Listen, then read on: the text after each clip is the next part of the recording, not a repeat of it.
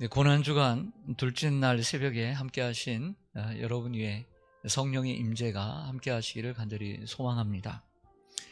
우리는 고난주간 동안 매일매일 예수님과 함께 하루를 시작하고 있습니다. 조금씩 시간대가 다르고 조금씩 장소는 다릅니다. 그런데 오늘은 겟세마네 동산에서 예수님과 함께 하루를 시작하게 되었습니다. 어제는 6월절 만찬 다락방에서, 그리고 오늘은 겟세마네 동산에서 예수님과 함께 하루를 시작합니다. 예수님과 함께 하루를 시작한다는 것은 참 기쁘고 또 행복한 일입니다. 오늘도 주님과 동행하는 하루가 되기를 간절히 소망합니다. 위치적으로 볼 때 겟세마네 동산은 두 가지 의미가 있습니다. 최후의 만찬을 드신 후에 3명의 제자들과 함께 올라가 마지막으로 기도하신 장소인 동시에 자신을 팔고 잡으러 온 대제사장들이 보낸 그 무리들에게 잡혀서 끌려간 장소라고 할 수가 있습니다. 예루살렘의 한 다락방에서 식사를 하고 올라가셨으니까 예루살렘에서 그리 멀지 않은 곳에 있다라고 할 수가 있죠. 겟세마네 동산은 예루살렘 구시가지 동쪽 산에 위치해 있습니다. 그러니까 예루살렘 마가의 다락방에서 식사를 하고 갔으니까 멀지 않은 곳이라는 건 이해를 하시겠죠. 근데 거기에서 보는 구시가지 동쪽에 보통 이제 묘를 그쪽에다가 쓰게 되는데, 그 사이에는 기드론 시내라고 하는 곳이 있습니다. 그래서 기드론 시내를 건너서 올라가는 곳이 바로 이 겟세마네 동산이 있는 곳입니다. 그런데 이 겟세마네 동산은 어느 산의 중턱에 자리합니다. 바로 그 산이 감람산이라고 하는 곳입니다. 감람산이라는 곳은 감람나무가 많다라고 해서 감람산 이렇게 이름을 지어요. 원래는 올리브산입니다. 올리브산.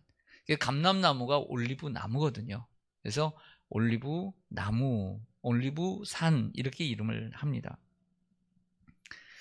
그 안에 자리 잡고 있는 이 겟세마네 동산은 요한복음 18장 1절과 2절을 보면 예수님께서 제자들과 가끔 모이시던 장소라고 소개를 하고 있고, 그리고 기드론 시내를 건너서 있다라는 자세한 설명을 해주고 있어요.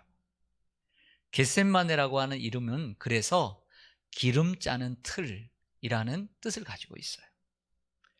올리브를 열매를 거둡니다. 올리브의 역할은 여러 가지가 있지만 그 중에 가장 귀한 것은, 그리고 값비싼 것은 기름을 만드는 것입니다. 그럼 올리브 열매를 깨어야 합니다. 그리고 찧어야 합니다. 그리고 찧어서 압축기로, 프레스로 압축을 해서 기름을 짜내는 곳이다, 이런 뜻을 가지고 있는 것입니다. 그 이름에 걸맞게 오늘 예수님은 그 마지막 시간에 자신의 온 몸과 마음을 다해 자신을 짜내고 있습니다. 누가복음 22장 44절을 보면 오늘 겟세마네 동산에 예수님이 기도하신 모습을 이렇게 묘사합니다. 예수께서 힘쓰고 애써 더욱 간절히 기도하시니 땀이 땅에 떨어져 핏방울 같이 되더라 라고 했습니다. 예수님의 기도가 진액을 쏟는, 마치 기름을 짜내는 이 겟세마네와 같은 기도였음을 보여주는 구절입니다. 하나님과 씨름했던 야곱처럼 온몸과 마음을 다해 밤을 새워 기도하시는 주님을 만날 수 있습니다. 하지만 제자들은 무관심했습니다. 좀 더 누군가 함께 기도해주고 누가 함께 응원해주고 함께 해준다면 힘이 날 것입니다.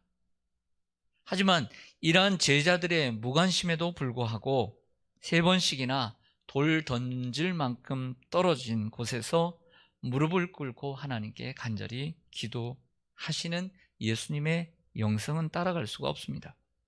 그 기도의 내용 또한 처절합니다. 오늘 36절을 보시죠.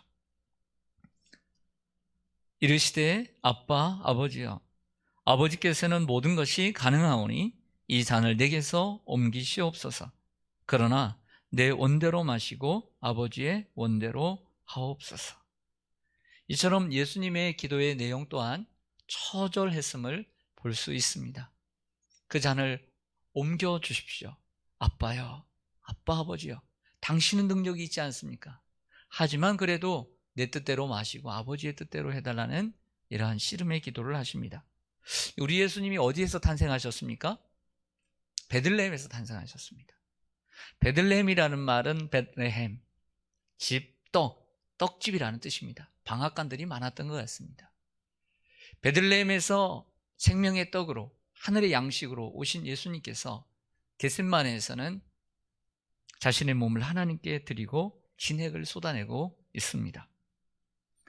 저는 오늘 이 겟세마네 동산 너무나 잘 아는 이 본문의 말씀을 가지고 오늘 저에게 주시는 말씀, 그리고 그 말씀을 잘 정리해 우리 성도님들과 함께 어떤 말씀을 나누기를 원하실까라고 묵상을 하면서 주신 말씀을 나누고자 합니다. 여러분, 겟세마네 동산, 왜 3명의 제자들만, 그 3명의 제자들을 데리고 가서 그것을 보게 하시고 경험하게 하신 이유가 무엇일까라는 것을 좀 생각해 보고 오늘 같이 기도해 봅시다. 먼저는 이런 생각을 할 수 있습니다. 십자가를 대신 져달라고 데리고 갔을까? 아니죠. 오늘 지셔야 되는 십자가는 제자들의 것이 아니에요. 야, 내가 무거우니까 내 십자가 대신 좀 져줘라, 그렇게 생각한 게 아니에요. 십자가는 예수님의 것이지 제자들의 것이 아니에요. 제자들이 내가 대신 지겠습니다 라고 해서 오늘 예수님의 십자가의 의미가 발생하는 건 아니에요. 제자들이 져봤자 아무 소용이 없어요. 죄인인 제자들이 무슨 십자가를 져서 무슨 소용이 있겠습니까? 이익을 보겠습니까? 다만 십자가를 져야만 했던 예수님의 고뇌와 슬픔을 함께 나눠줄 친구가 필요했던 것입니다. 때로 위로라는 것은 그 사람에게 무엇을 해주는 게 아닙니다. 때로 위로라는 것은 해주는 것이 아니라 곁에 가만히 있어주는 것입니다. 때로는 따뜻한 위로의 말도 필요합니다. 하지만 그것보다 곁에서 함께 기도해 주는 것이 위로가 되는 것입니다. 만약에 어떤 집사님이, 어떤 청년이, 어떤 권사님이 정말 힘든 일로 아파하는 모습을 보았습니다. 그러면서 기도는 안 하고 정말 힘들다는 내색만 하고 막 표현만 하는 그런 분을 봤을 때 여러분들은 뭐라고 얘기합니까? 이렇게 얘기하기는 쉬울 겁니다. 교회 가서 기도해. 기도 안 하고 뭐해? 누구나 다 이렇게 얘기할 수 있습니다. 야, 기도해. 권사님, 그러지 말고 좀 기도 좀 해봐. 누구나 그 말은 할 수가 있는 것이죠. 하지만 그런 말보다 우리 교회에 가서 함께 기도합시다. 내가 함께 가서 기도해 줄게. 우리 교회 가서 친구야, 함께 기도하자. 내가 너를 위해서 함께 기도해 줄게. 이렇게 말하기는 힘든 거예요. 차원이 다르잖아요. 두 사람이 한 사람보다 낫고 두 사람이 땅에서 합심하여 무엇이든지 구하면 하나님께서 응답해 주신다고 말씀을 합니다. 여러분, 우리가 누구를 위한다는 것은 그 사람의 아픔을 공감하고 공유해 가는 것이죠. 그리고 할 수 있는 대로 최선을 다해 내가 해줄 수 있는 것을 해주고 그 곁에 있어주는 것이 위로이고 참된 공감이라고 할 수 있습니다. 이를 통해서 예수님은 제자들에게 후에 그 제자들이 깨닫게 되었을 것입니다. 힘들어하는 누군가에게 위로의 사람이 되어주는 것은 바로 이렇게 되어주는 것이다 라고 제자들에게 가르쳐 주었을 것입니다. 가서 기도해. 말만 하는 것이 아니라 함께 기도해 주는 것, 함께 그 자리에 있어 주는 것, 함께 아파해 주는 것, 함께 공감해 주는 것, 함께 내일처럼 공유해 주는 것, 이것이 참된 예수님의 제자의 길이고 예수님을 닮아가는 길이라고 가르쳐 주는 것이죠.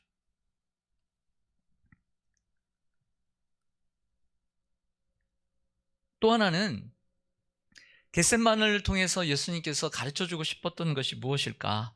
그것은 단연 깨어있어 기도하라는 것을 가르쳐주는 본문이라는 거예요. 여러분 동의하지 않으십니까?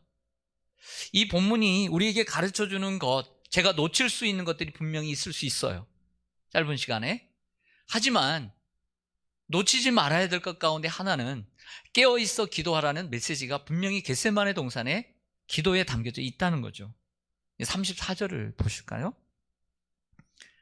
마가복음 14장 34절에 오면 말씀하시되 내 마음이 심히 고민하여 죽게 되었으니 너희는 여기 머물러 어떻게 있으라?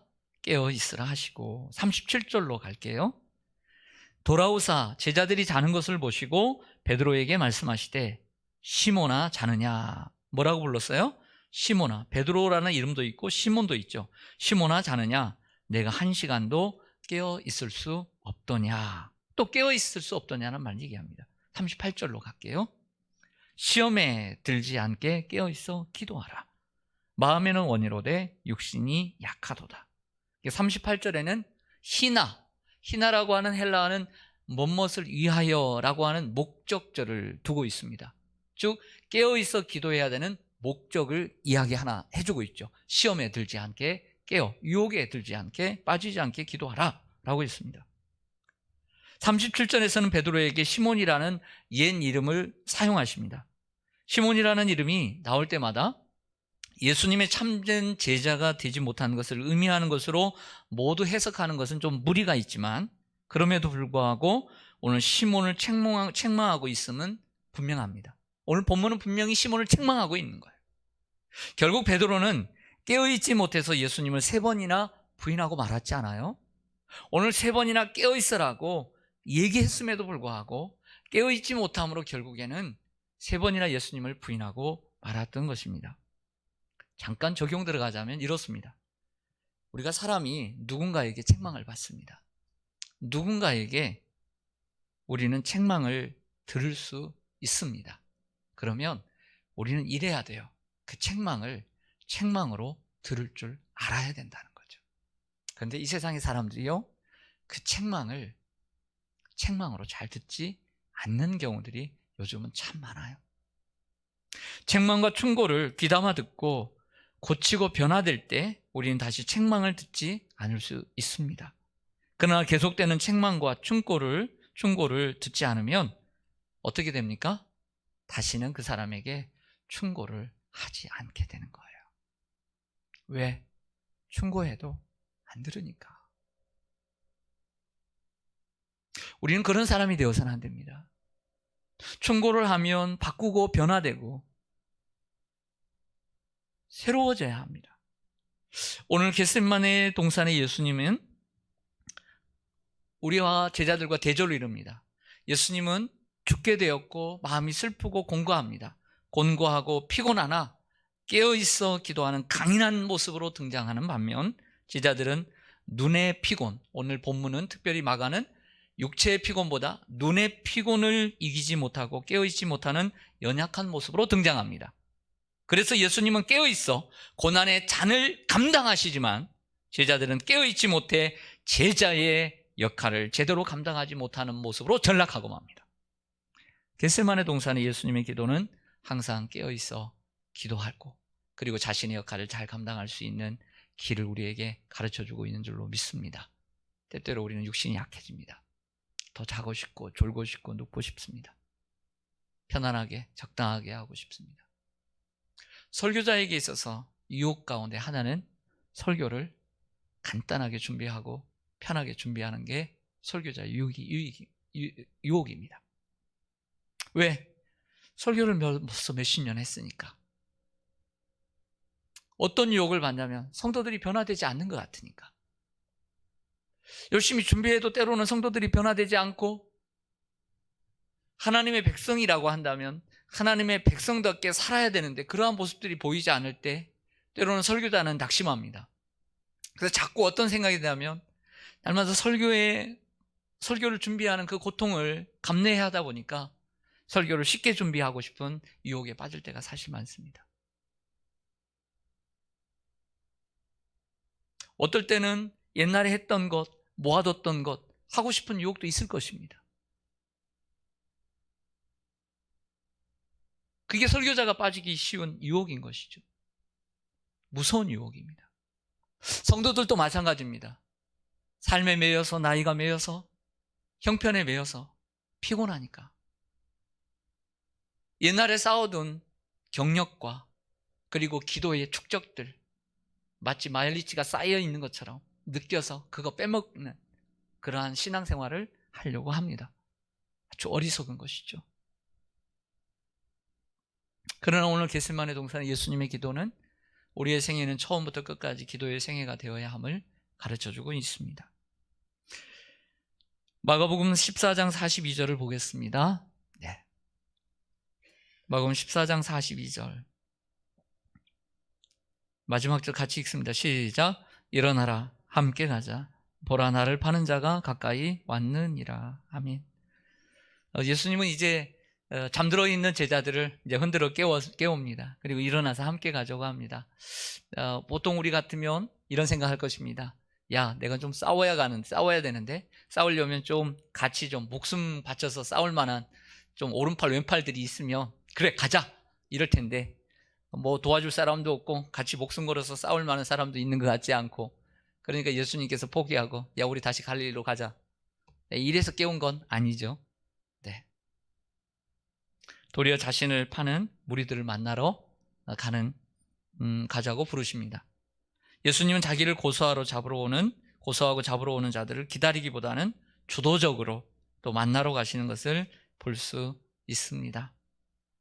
성도 여러분, 길고 어두웠던 겟세마네의 밤이 지나고 있습니다.